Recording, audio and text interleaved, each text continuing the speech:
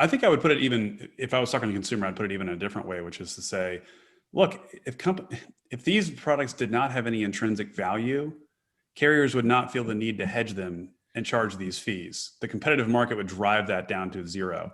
So the evidence that these things are valuable, the evidence that these fees are worth paying, is embedded in the fact that carriers have to figure out how to hedge it. Because if there was no value, there would be nothing to hedge.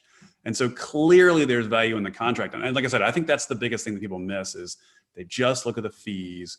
They don't understand the value. And that is the public relations like disaster that we've had for annuities, is that people think the fees don't go anywhere. But everywhere you look, you see evidence that these things are incredibly valuable. And like I said earlier, if anything, they were underpriced relative to the value as the market has unfolded. You know, carriers back in 2011 were not expecting interest rates to be where they are today. And that's just the fact of it. And so all those products were undervalued or underpriced. They should have had higher fees. They should have had lower benefits, and they didn't. And anybody who's got one should hang on to it. In fact, I'll tell you a quick funny story. My granddad is 90 years old, and he just got engaged to a 73-year-old lady. They're going to get married in January, which is awesome. And I'm super excited for him.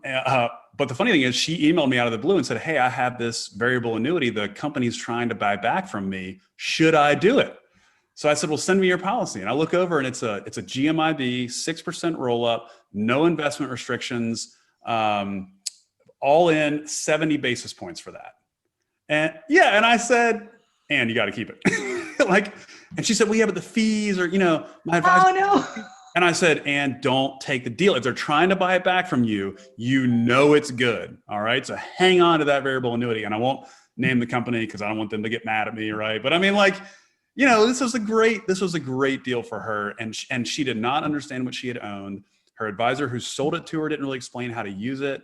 And so now, she's taking dollar for dollar withdrawals. She invested in way riskier stuff because she's got step ups on it. And she's going to use it for what it's worth. But before that, she just thought, I just have an expensive investment account. I don't really understand what I bought. And I think a lot of people are in her situation.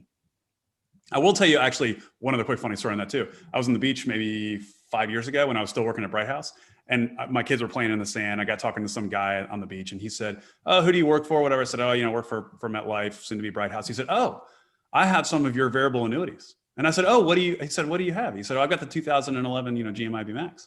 And I said, well, we'd like for you to surrender that policy. And he goes, oh no, I'm keeping that policy forever. He goes, that is a fantastic. So you never know, right? There are people that have no idea. And then this guy who was the CFO for a railroad company, he knew exactly what he bought and he knew exactly the power of it. And according to him, he was never letting it go. And so I think, he's got the real story, but a lot of consumers just don't understand what they bought. And it's our job, I think, to make sure clients understand what they're buying and the value of what they're paying for.